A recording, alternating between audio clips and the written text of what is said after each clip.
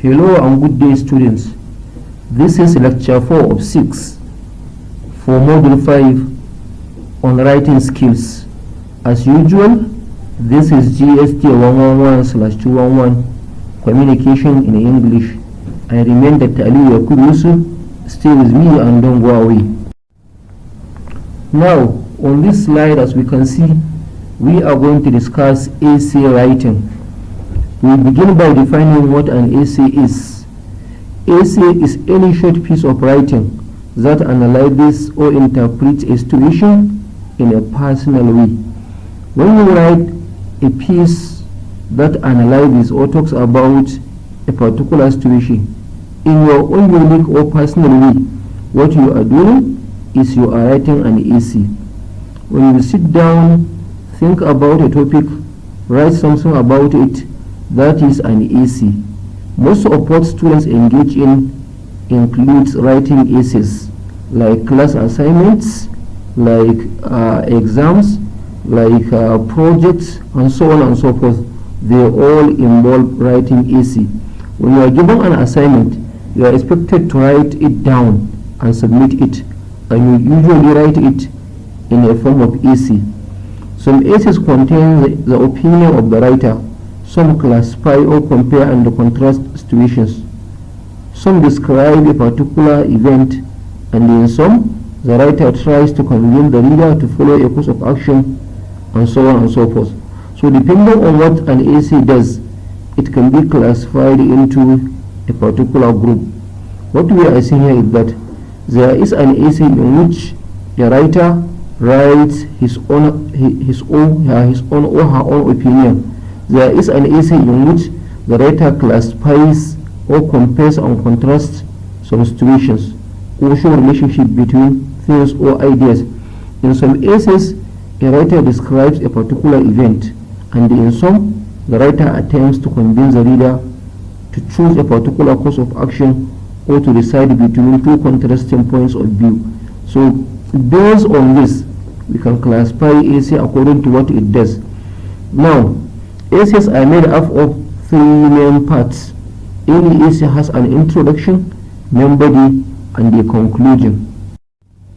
Now, based on what we have discussed previously in the preceding slide, we can divide essay into 4 different types. Number 1, the narrative essay. Number 2, the descriptive essay. Number 3, the expository essay. And number 4, the argumentative essay. Now we are going to discuss these 4 alongside the exampled essay. Now, the narrative essay on this slide. This essay tells a story of what happened in the past, which could be factual or created, that is fictional. When we talk about the narrative essay, we are talking about a situation in which a writer narrates a story about a situation which happened in the past, and that situation can be factual, that is a true life story, or fictional, a created story which has never happened anywhere in the world. Now, when we sit down, recall what happened in the past and decide to write an essay on it, you are creating a narrative essay. You are writing an essay type that is called the narrative essay, because it involves recall and narrating about things or events or incidents that happened in the past. The dominant tense used in the narrative essay is the past tense. Yes, because we talk about activities that happened in the past. So the dominant tense that we use in the narrative essay is the past tense. But if the narration is a typical experience or it may be going on now, we can use the present tense. But when we are talking about an event or an incident that is a typical experience or what people usually do, we may decide to use the present tense. Or when we are talking about event or incident that is going on currently, we can decide to use the present tense. However, much of the narrative essays that we write, we do that in the past tense form, because it involves recall about things which happened in the past. Here we have a sample, an example of a narrative essay that students are given for you to read and have an experience about how the narrative essay looks like. The title of the essay is Hunting Expedition. Hunting Expedition. Here the story goes. The villagers had lost a few goats and poultry to a mystery.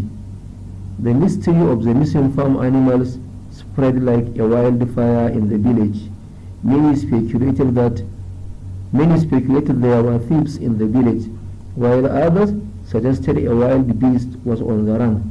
Despite several speculations, the mystery of the disappearances remained unsolved.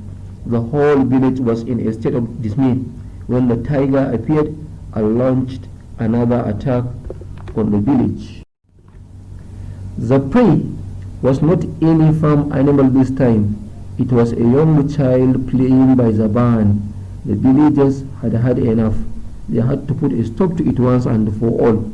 They organized a group of the bravest men from the village, armed them with shotguns and knives, and planned to attack the tiger. They also took a goat to lure the tiger into a trap. The plan was to trap the tiger and later kill him. I was among the members of the group who left for the jungle late at night. For hours, we did not hear anything except the mosquitoes and crickets around us. Then we found paw prints on the muddy ground, which assured us of the tiger's usual trail. Thereupon, as the sun rose, we set up a trap using the goat as bait. We were assured that this would catch the tiger immediately. We had almost given up when suddenly, around daybreak, we heard the bushes rustle and the leaves crackle. All of us shivered to our spines and saw the mystery fast coming towards us. We charged our guns and pointed them towards the wild beast. We steered our guns towards the tiger as he jumped to grab the goat. He fell into the trap. One of the members shot the tiger dead, and we rescued the goat safely back to our village. The mission was accomplished. We had killed the wild beast and had emerged successful.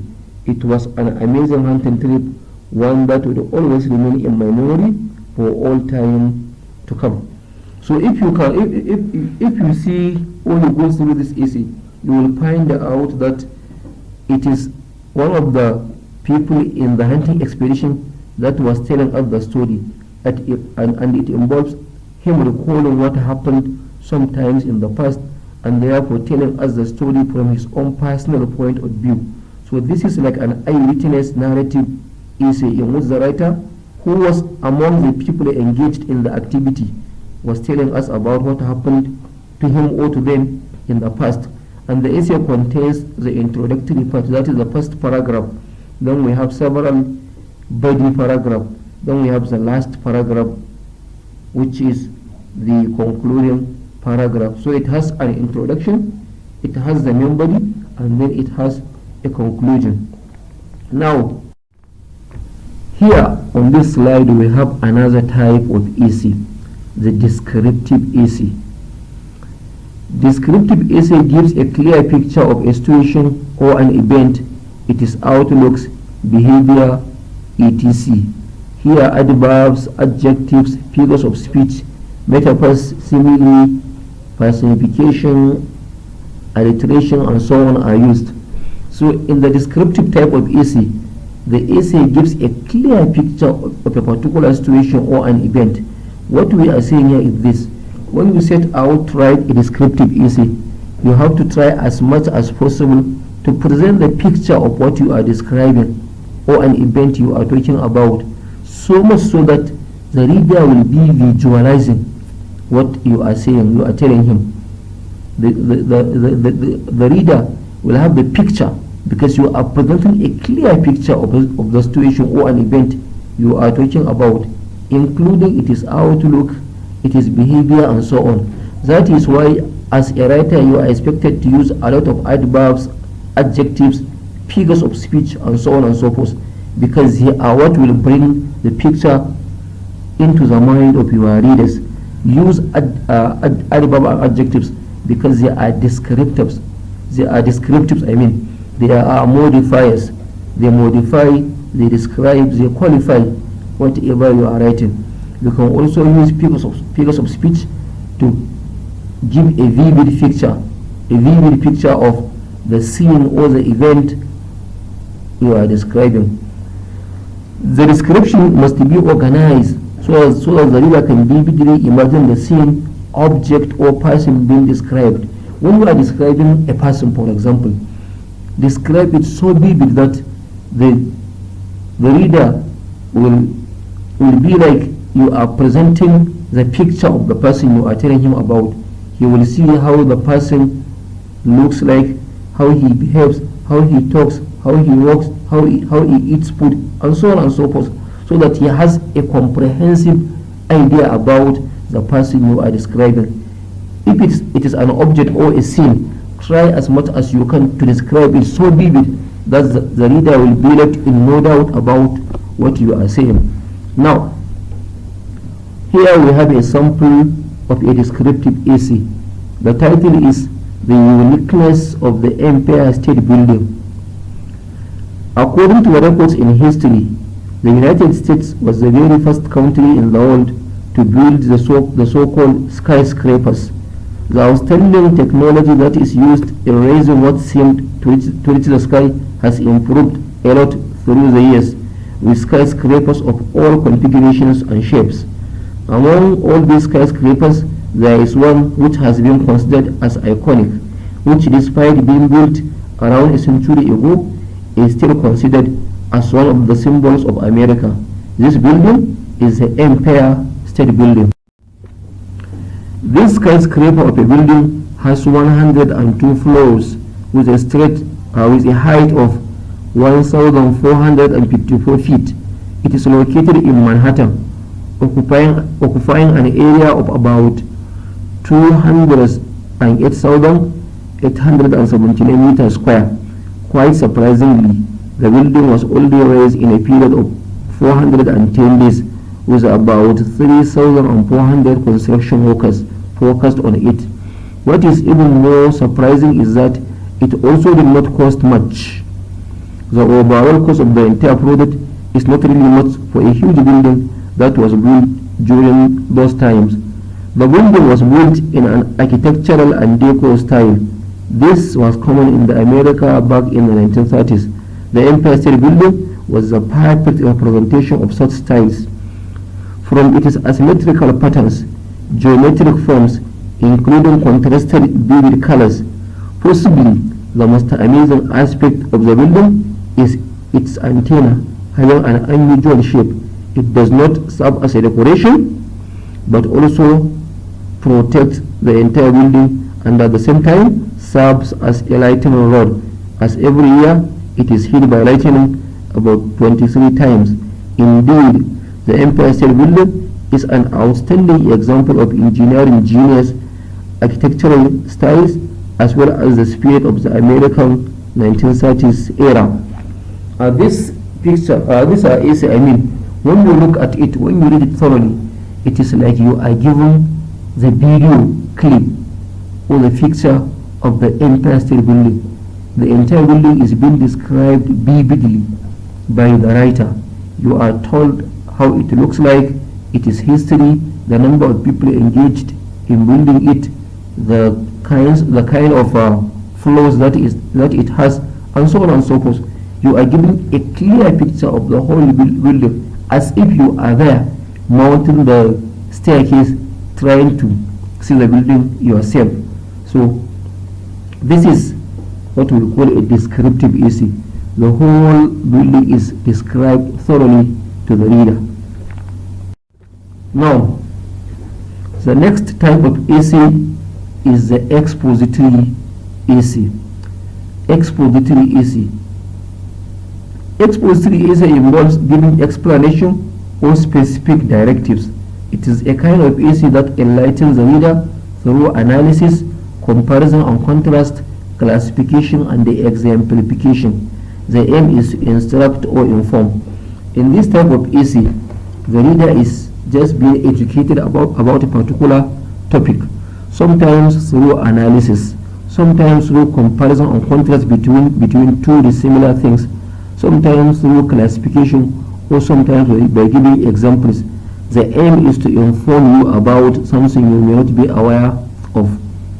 So this essay usually is written to educate individuals, to educate students, or to educate readers about something that they may not know. So the aim is just to instruct or to inform you about an activity, an event, or an incident. Here we also have a sample of an expository essay. The title of the essay is The Intricacies of the Adolescent's Life. The Intricacies of the Adolescent's Life. Adolescence is often considered as one of the most challenging, most turbulent, and the most difficult phases of life for both children and their parents.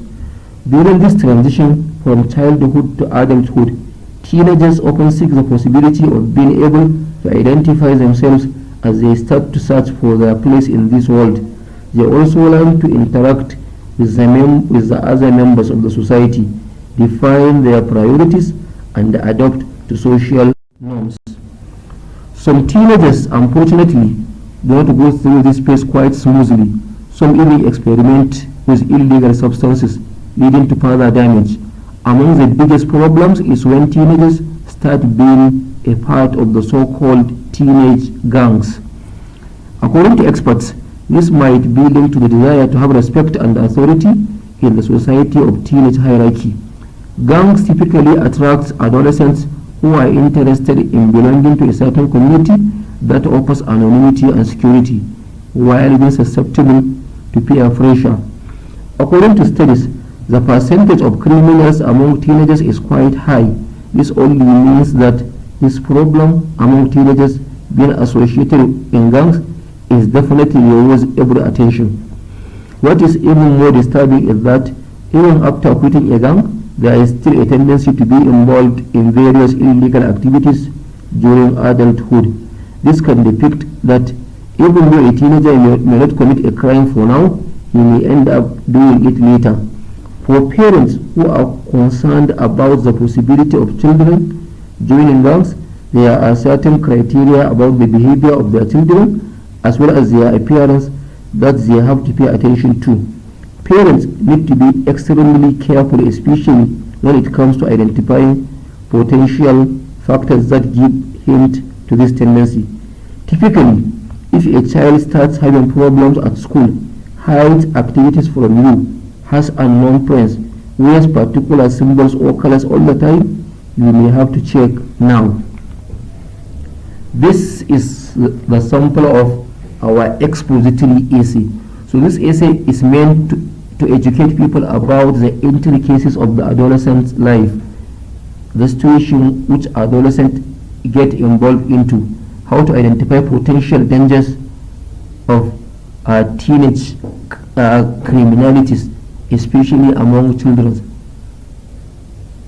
Parents here are advised to look out for some signals or signs that will tell them if their children are engaged in some activities that are illicit or illegal.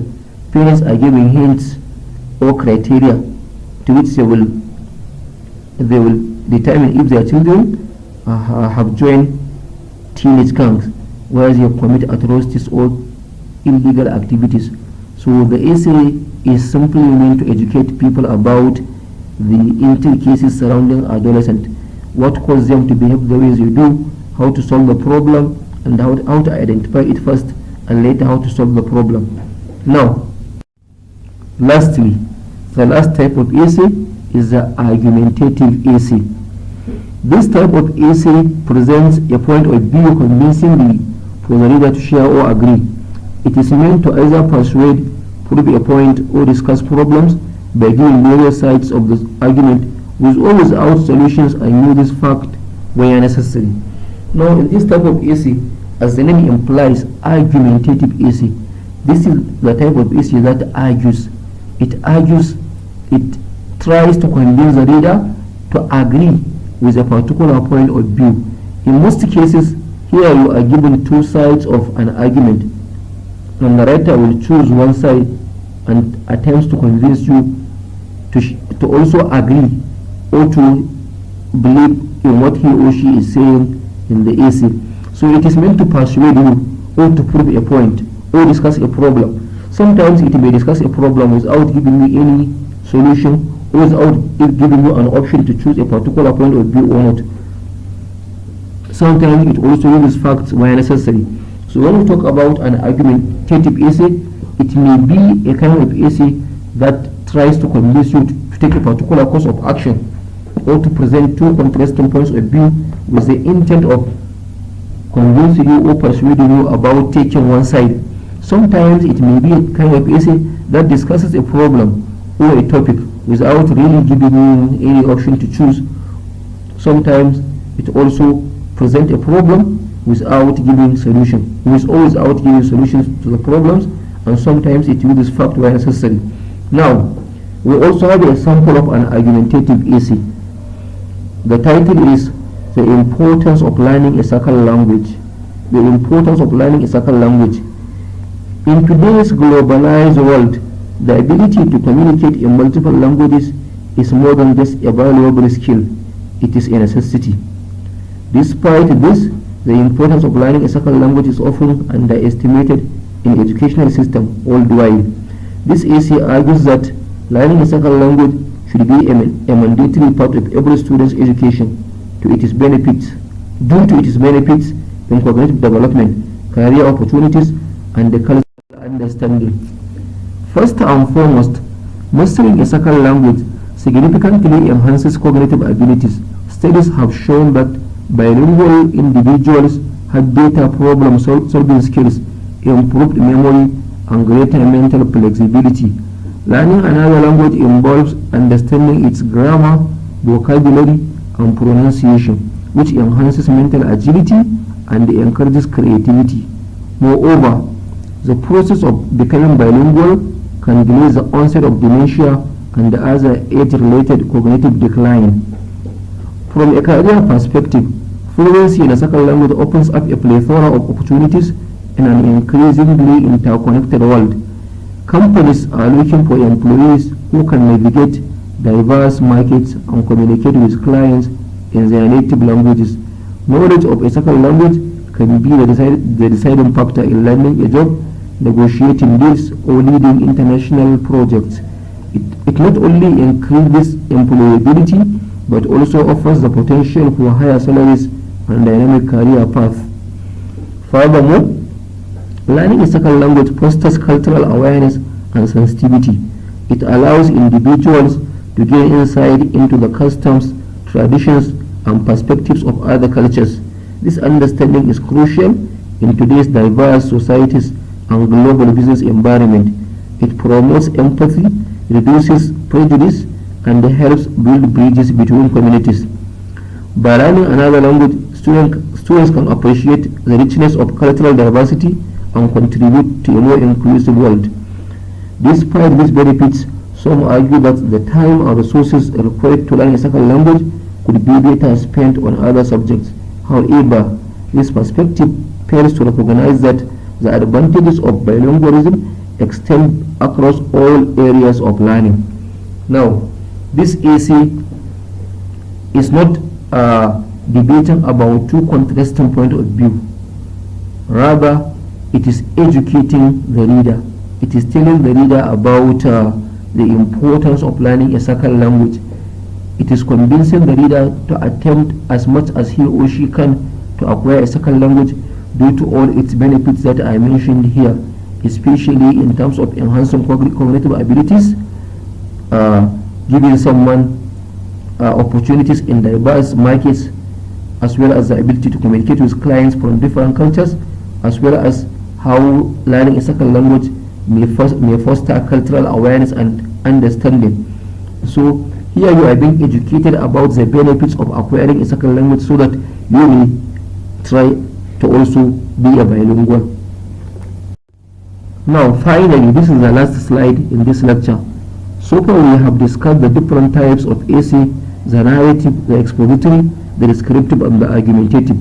We have also read out the sample of the four different types of essay so that they serve as guide for students who may wish to also compose their own essays. In the next lecture, lecture 5, we are going to discuss report writing. Thank you very much, students, for listening.